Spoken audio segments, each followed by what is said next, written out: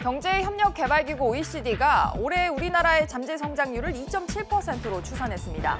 최근 2년간 잠재 성장률 낙폭이 OECD 회원국 중에서는 세 번째로 컸습니다. 국토교통부와 서울시가 수주 과열 논란을 빚고 있는 한남 3구역 재개발 지역에 대한 특별 점검에 들어갔습니다. 입철 참여 건설사들이 불법 행위를 했는지 아니면 편법성 공약은 없는지 들여다볼 예정입니다. 정부가 국민 노후 생활 안정을 위해서 주택연금 가입 문턱을 낮추는 방안을 검토 중입니다. 가입 하한 연령을 현재보다 5살 낮추고 또 주택 가격 기준선은 높일 것으로 보입니다. 어젯밤에도 경기도 용인시에서 도로 위를 달리던 BMW 차량에서 화재가 발생했습니다. 최근 수도권에서만 BMW에서 6건의 화재가 발생하자 운전자 불안이 다시 커지고 있습니다. 이상 이 시각 주요 뉴스입니다.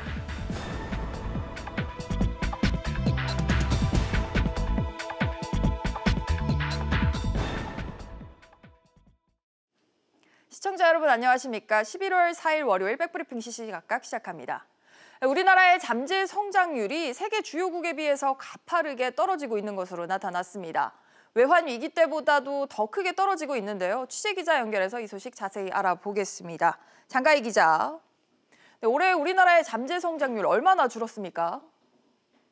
네, OECD에 따르면 올해 한국의 잠재 성장률은 2.72%로 추산됐습니다. 지난 2017년 3.12%에 비해서 0.4%포인트나 떨어진 겁니다. 잠재 성장률은 한 나라의 노동과 자본을 최대로 활용해 달성할 수 있는 성장률을 의미하는 건데요. 한 국가의 기초 체력을 나타내는 지표입니다. 한국은 글로벌 금융위기 때인 지난 2008년부터 2017년까지 3%대 잠재 성장률을 유지했지만 지난해부터 2%로 주저앉은 후 지속적으로 하락하고 있습니다. 네, 그런데 전 세계가 저성장 추세이긴 한데요. 다른 국가와 비교했을 때는 어떻습니까? 네, 지난 2017년부터 올해까지 한국의 잠재 성장률 낙폭은 OECD 36개국 가운데 터키와 아일랜드에 이어 세 번째로 컸습니다. 반면 미국과 프랑스 등 18개 국가는 최근 3년 새 잠재 성장률이 올랐습니다. 이처럼 잠재 성장률이 하락하는 상황에선 재정 확대나 금리 인하 등 단기적인 경기 부양 정책 효과도 제한적이라는 지적이 나옵니다. 국제통화기금 IMF는 최근 보고서에서 잠재 성장률이 하락하는 상황에서 펼치는 금리 인하 정책은 장기적으로 효과가 미약하다고 전했습니다. SBS CNBC 장가입니다. 세금을 줄여주는 게 정부 재정 지출을 늘리는 것보다는 경제 성장에 효율적이라는 주장이 나왔습니다.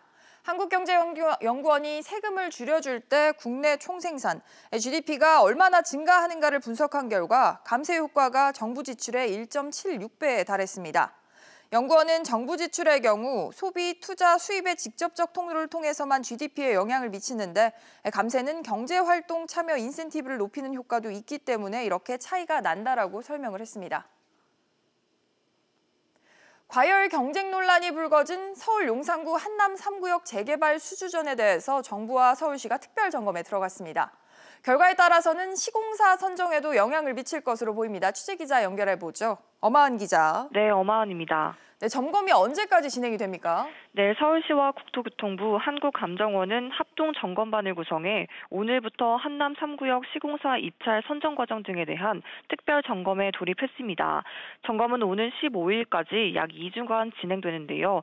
수주전에 뛰어든 현대건설과 GS건설, 대림산업이 불법 또는 편법 사업 공약을 내걸었는지 판단하게 됩니다.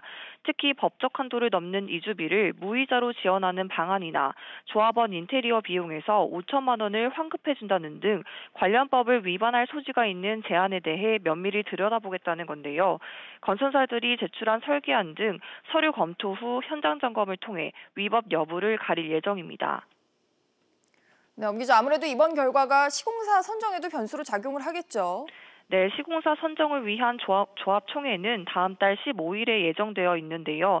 앞서 건설사들이 제안한 내용 가운데 위법 판단이 나올 경우 득표전도 큰 영향을 받을 전망입니다. 국토부는 우선 이들 건설사들이 공통적으로 제시한 이주비 추가 지원에 대해선 이자 없이 무상 지원하는 경우는 처벌 대상이 된다고 보고 있습니다. 또 상가 인테리어 비용 환급 등도 현행법 위반 가능성이 있다고 보고 면밀히 조사하겠다는 입장입니다. 결과에 따라 입찰 무효나 형사 고발까지 검토될 수 있는데요. 업체별로 1,500억 원씩 낸 입찰 보증금도 조합에 귀속될 수 있습니다. SBS CNBC 엄하은입니다.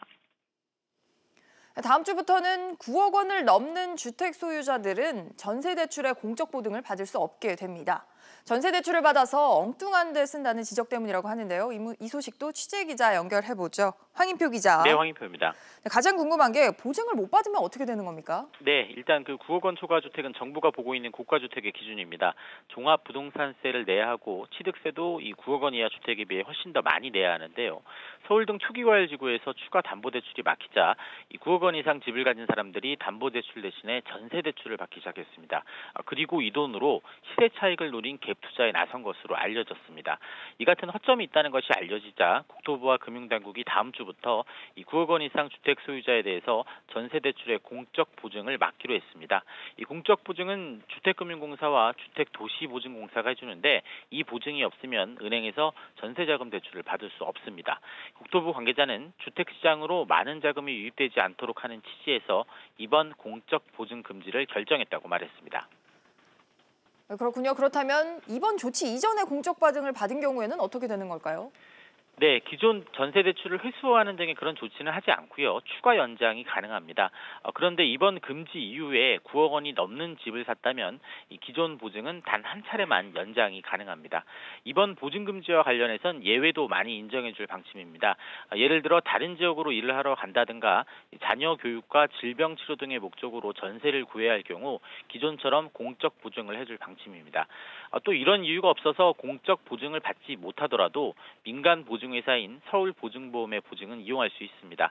다만 공적 보증에 비해 보증료와 최종 대출금리는 비교적 높은 편입니다. 지금까지 SBS CNBC 황인표입니다. 주택을 담보로 맡기면 매달 연금으로 돌려받을 수 있는 게 주택연금이라고 하죠. 살던 집에 그대로 살면서 생활자금을 확보할 수 있어서 은퇴자들에게는 인기가 꽤 많은 제도인데요. 정부가 주택연금 가입 연령을 기존 60세에서 55세로 낮추는 방안을 추진한다고 합니다. 취재기자 연결해서 알아보겠습니다. 정광윤 기자. 네, 정광윤입니다. 네, 기존보다 5세 정도 가입 연령을 낮춘다는 건데요. 이렇게 가입 연령 낮추려는 배경부터 짚어주시죠. 정부는 현재 주택연금의 가입 하한 연령을 60세에서 55세로 낮추는 방안을 검토하고 있는데요. 가입 하한 연령을 50대로 낮추는 것은 퇴직 등으로 경제활동이 끊기 시작하는 연령대가 50대 초반으로 낮아졌기 때문입니다. 즉 50대 조기 은퇴자들이 주택연금에 가입할 수 있도록 문턱을 낮춰 이들이 안정적인 노후를 보낼 수 있도록 지원하는 취지입니다. 가입 하한 연령 조정은 시행령 개정 사항이어서 빠르면 내년부터 도입이 가능할 것으로 전망됩니다. 네, 또 연령뿐만 아니라 이 주택연금에 가입할 수 있는 주택 가격 제한 조건도 있었는데 시가 9억 원 이하의 주택만 가입할 수 있었던 주택 가격 제한 기준, 이 기준도 조정하는 방안을 검토하고 있다고요. 네, 현재 국회에서 논의되는 방안은 시가 9억 원 이하 기준을 공시가격 9억 원 이하로 변경하는 겁니다. 공시가격은 시가의 평균 70% 선이기 때문에 12억 원에서 13억 원의 주택도 주택연금에 가입할 수 있게 됩니다.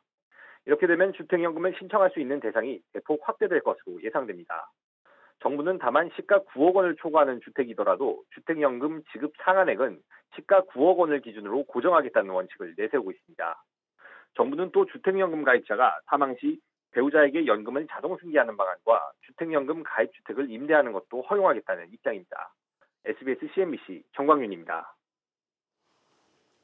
지난달 한국은행이 기준금리를 인하한 후에 한동안 금리를 오히려 올려왔던 은행들이 본격적으로 예금 적금 금리 인하에 나섰습니다. 먼저 외국계 은행들부터 금리 인하가 시작된 모습인데 대출 금리는 여전히 오름세를 보이고 있다고 합니다. 취재기자 연결해보죠. 류정훈 기자. 네, 류정훈입니다. 네, 시중 몇 군데 은행에서 수신금리 또 예적금 금리를 내렸다고 하는데 어디가 금리를 내렸습니까? 네, 외국계 은행을 시작으로 전 시중은행권으로 금리가 인하할 것으로 보이는데요. 금융권에 따르면 최근 시티은행과 SC제일은행 등 외국계 은행이 일부 수신 상품의 금리를 인하했습니다. 시티은행은 이번 달부터 우대 금리를 0.2에서 0.3%포인트 인하했습니다. 시티더하기 통장 신규 가입 시 기존에 1,000만 원 이상 거래 실적이 있으면 1.4%를 주던 것을 1.2%로 내렸습니다. SC제일은행도 지난 1일부터 주요 입출금 상품의 금리를 0.1에서 0.3%포인트 인하했습니다. 다만 새로 도입되는 신예대율 규제와 지난달 시작된 오픈뱅킹으로 경쟁 모드에 놓인 다른 시중은행들은 금리를 내리지 않고 눈치 보기 중에 있습니다. 그렇군요. 하지만 이렇게 기준금리 인하에도 대출금리는 오르는 이상한 현상은 여전히 계속되고 있다고요. 네, 그렇습니다. 시중은행들이 주택담보대출 금리를 인상했는데요. 신한은행과 국민은우리, 하나은행의 주택담보대출 금리는 지난달 16일 대비 0.23에서 0.25%포인트 올랐습니다. 대출금리 기준이 드는 금융채 금리가 오른 데다 일부 은행들은 가산금리까지 올렸기 때문입니다. 지난 8월 16일 1.301%로 바닥을 찍은 AAA 등급 5년 만기 금융채 금리는 지난 1일 1.801%까지 올랐습니다. 당분간 대출금리가 내림세로 돌아서기는 쉽지 않아 보입니다. SBS CNBC 류정훈입니다.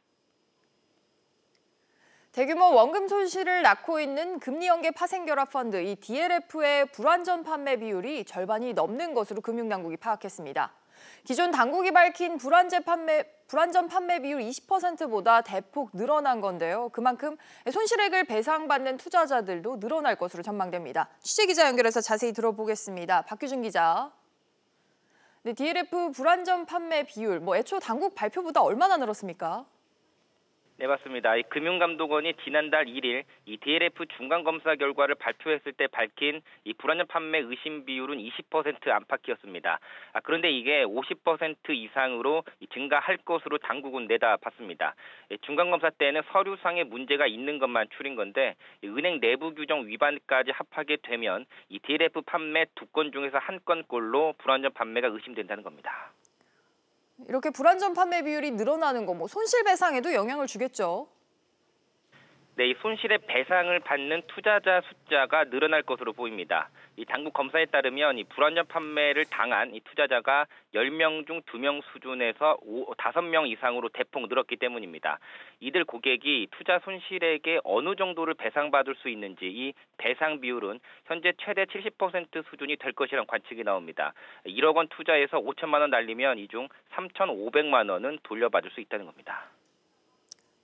그렇군요. 이제 조만간 DLF 사태를 재발 방지하기 위한 대책도 나온다는데 이거 시점은 언제쯤 됩니까? 네, 맞습니다. 금융위원회는 다음 주 초쯤에 이 사모펀드 관련 제도 개선 종합 대책을 내놓을 예정입니다. 금융위는 현재 이 금감원이 제출한 DLF 제도 개선 방안을 기초안으로 두고 연구원과 소비자 단체 등의 의견을 모으고 있는데 투자자 숙려제 등이 검토되고 있는 상황입니다. SBS CNBC 박규준입니다. 수천억 원대 사모펀드 환매를 중단한 라임자산운용이 문제가 된 펀드를 회계 실사하기로 했습니다. 라임자산운용은 판매사와 협의해 환매 연기 중인 2개 모 펀드의 회계 실사를 시행하기로 했다고 밝혔습니다.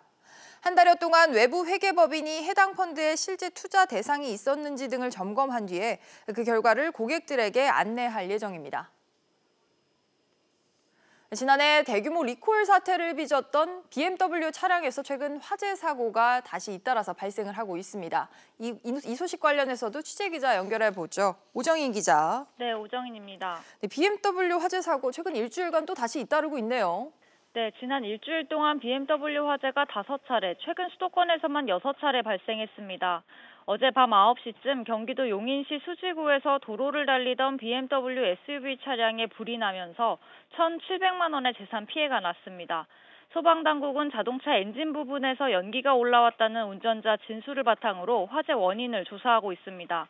앞서 지난달 28일과 29일에도 수도권에서 3건의 BMW 차량 화재가 난 데 이어 지난 1일에도 주차하려던 BMW 차량에서 불이 났습니다.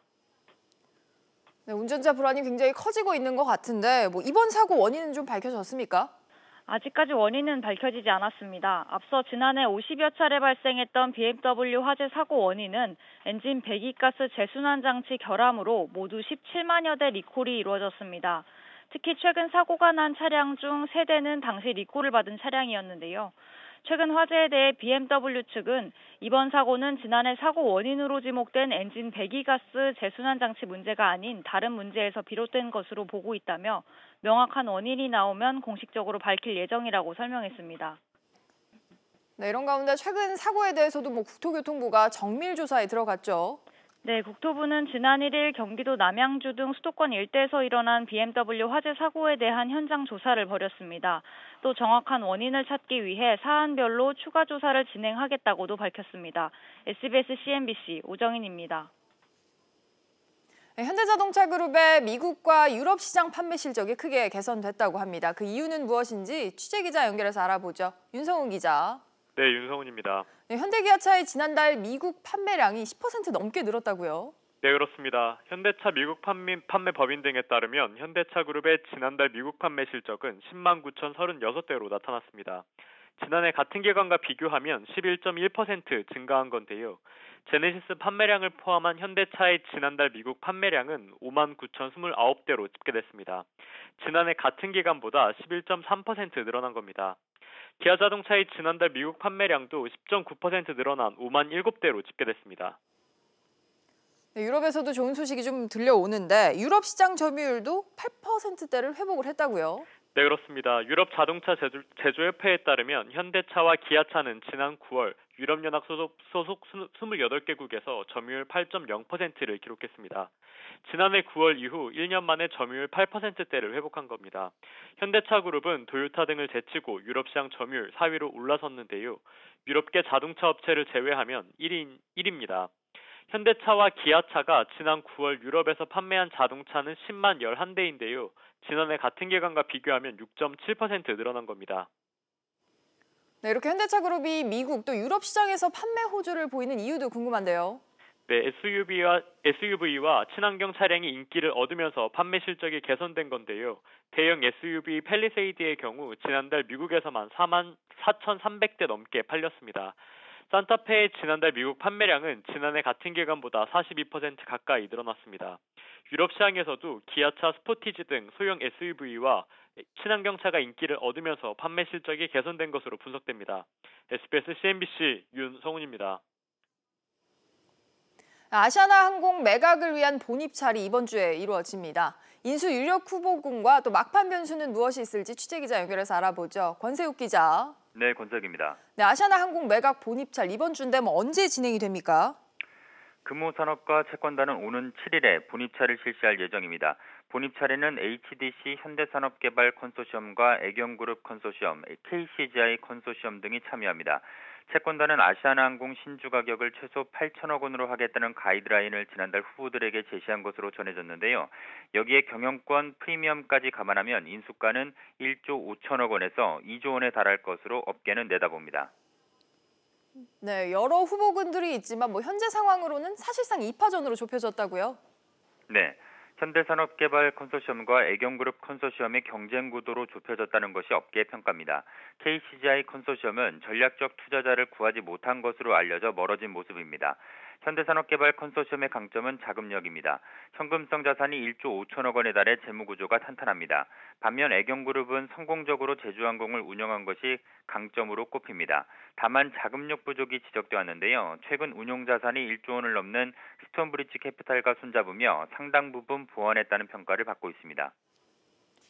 네, 그렇군요. 그런데 사실 매각 이슈는 워낙 변수가 많아서 끝까지 뚜껑을 열어봐야 할 것도 같은데 막판 변수가 있다면 뭐가 있을까요? 전략적 투자자 확보에 나선 KCGI가 대기업과 손잡게 되면 양강 구도가 깨질 수 있습니다. 또 예비 입찰에 참여하지 않은 기업들도 본입찰에 참여할 수 있기 때문에 SK와 GS, CJ 등 대기업이 참여할지도 관심사입니다. 금호산업은 본입찰 후 우선 인수 협상 대상자를 선정하고 주식 매매 계약 체결 등을 거쳐 올해 안에 매각을 마무리할 방침입니다. SBS CNBC 권세욱입니다. 우리나라 서비스 중 자동차 수리가 소비자에게 최악의 평가를 받는 것으로 조사됐습니다. 어떤 뉴스인지 취재기자 연결해서 알아보죠. 김현우 기자. 네, 김현우입니다. 우리나라 자동차 수리 서비스에 어떤 문제가 있었습니까? 네, 한국소비자원이 조사한 올해 소비자 시장 평가 지표에서 자동차 수리 서비스는 76.1점으로 가장 낮은 점수를 받았습니다. 이번 조사는 선택 다양성, 비교 용이성, 신뢰성, 기대 만족도 등 8개 부분을 평가했는데요. 자동차 수리 서비스는 정보를 다른 곳과 쉽게 비교할 수 있는지를 나타내는 비교 용이성 지표가 전보다 하락했습니다. 소비자원은 자동차 수리 서비스를 개선이 시급한 경고 시장으로 분류했는데요. 하지만 2015년, 2017년 조사에서도 경고 시장으로 분류됐지만 개선되지 않고 있습니다. 그렇군요. 다른 서비스는 평가가 어떻게 나왔습니까? 네, 올해 처음 평가를 받은 공영 관람 서비스가 자동차 수리에 이어 2번째로 낮은 점수를 받았습니다. 성인 교습 학원 점수는 3번째로 낮아 새 서비스가 경고 시장으로 분류됐습니다. 가장 높은 평가를 받은 건 79.9점을 받은 일반 병원 의료 진료 서비스였습니다. 가격에서 가장 높은 평가를 받았고 선택 다양성, 신뢰성, 기대 만족도 등에서도 높은 점수를 받았습니다. 주택 수리 및 인테리어 시장은 비교 용이성 점수가 크게 오르면서 처음으로 양호 시장에 진입했습니다. 전체 서비스 시장에 대한 소비자 평가는 77.6점으로 지난 조사보다 0.2점 하락했습니다. SBS CNBC 김현우입니다. 세금을 5천만 원 이상 미납할 시에는 출국 금지 조치가 내려질 수 있습니다. 재산을 해외로 빼돌리는 것을 방지하기 위해서인데요. 그런데 법원이 심리적 압박을 위한 출국 금지는 위법하다는 판결을 내렸다고 합니다. 취재기자 연결해서 자세한 소식 알아보죠. 신윤철 기자. 네, 신윤철입니다. 네, 어떤 사건 때문에 이런 판결이 나왔을까요? 네, 오늘 법조계에 따르면 서울행정법원 행정탐부는 A씨가 법무부를 상대로 낸 출국금지 처분 취소 소송에서 원고 승소로 판결했습니다. A씨는 조세 체납을 이유로 지난 2018년 6월 법무부로부터 출국금지 처분을 받고 이후 올해까지 2차례 더 출국금지 연장 처분을 받았는데요. 그의 체납액은 올해 1월 기준으로 약 7억 8천여만 원인 것으로 알려졌습니다. A씨는 소송에서 경영난으로 폐업해 세금을 체납한 것이고 납부를 회피할 의도가 없다며 취소를 요구했는데 법원이 A씨의 손을 들어준 겁니다. 네, 법원이 A씨의 의견을 받아들인 이유도 전해주시죠. 네, A씨는 출국 금지가 미납자가 재산을 해외로 도피시켜 강제 집행을 곤란하게 되는 점을 방지하는 게 주된 목적이지 출국의 자유를 제한해 심리적 압박을 가하고 세금을 자진 납부하도록 하기 위한 것이 아니라고 주장했는데 법원이 이를 받아들인 겁니다. 재판부는 A씨가 적법하게 파산 선고와 면책 결정을 받았고 체납의 국세를 납부할 능력이 없다는 점 등도 출국 금지 취소 사유로 들었습니다. 그러면서 국민의 출국의 자유는 헌법이 기본권으로 보장한 것이므로 그에 대한 제한은 필요 최소한에 그쳐야 한다며 이 사건은 재량권을 일탈, 남용에 위법하므로 처분이 취소돼야 한다고 밝혔습니다. SBS CNBC 신윤철입니다. 행동주의 사모펀드 KCGI 측이 제기한 고 조양호 회장에 대한 보수지급 내역 조사 등을 위한 검사인 선임 신청을 서울중앙지방법원이 일부 받아들였습니다. 하지만 KCGI 측이 신청한 조원태 대표이사의 회장 선임 관련 내용 조사를 위한 검사인 선임 신청은 일부 기각했습니다. 조국 전 법무부 장관이 청와대 민정수석 시절 유재수 전 부산시 경제부 시장에 대한 감찰을 중단시켰다는 의혹과 관련해 검찰이 금융위원회 압수수색에 나섰습니다. 서울 동부지검은 오늘 오전 금융위원회에 검사와 수사관을 보내 유 전 부시장의 금융위 근무 당시 업무 관련 자료와 PC 하드디스크 등을 확보하고 있습니다. 유 전 부시장은 지난 2017년 금융위 금융정책국장 재직 당시 대보건시설 관계자로부터 자녀 유학비 등을 수수한 의혹으로 청와대 민정수석실 특별감찰반의 감찰을 받았지만 별다른 징계를 받지는 않았습니다. 증시 상황입니다. 현재 국내 증시 상승세 보여지고 있습니다. 코스피가 1.3% 오르며 2,128포인트 나타내고 있고요. 코스닥 역시 0.93% 오름세입니다. 668포인트 나타내고 있습니다. 오늘 눈에 띄는 종목들 함께 살펴보시죠. 현대차 같은 경우 미국 시장에서 판매량이 전월 동월 대비 8.4% 오른 실적을 기록했습니다. 반면에 국내 판매량 전년 동월 대비 2.5% 감소했다고 하는데요. 주가는 0.4% 하락세 보여주고 있습니다. 아시아나항공 임수 후보들의 본 입찰을 앞두고 지금 우발채무가 인수 제한을 가격을 바꿀 막판 변수로 떠올랐습니다. 과연 판도 변화가 생길지 주목되고 있는데요. 아시아나항공 4% 급등하면서 애경산업 역시 1.26% 오름세 보여주고 있습니다. 마지막으로 롯데케미칼입니다. 시장 기대치를 밑도는 실적 발표에 더해서 추가적으로 수익성이 감소할 수 있다는 가능성이 있다는 증권사 리포트까지 나왔습니다. 롯데케미칼 이 소식에 현재 5.38% 하락하며 거래가는 22만 원에 거래되고 있습니다. 지금까지 증시 상황이었습니다. 오늘 오전 뉴스는 여기서 마칩니다. 시청해주신 여러분 고맙습니다.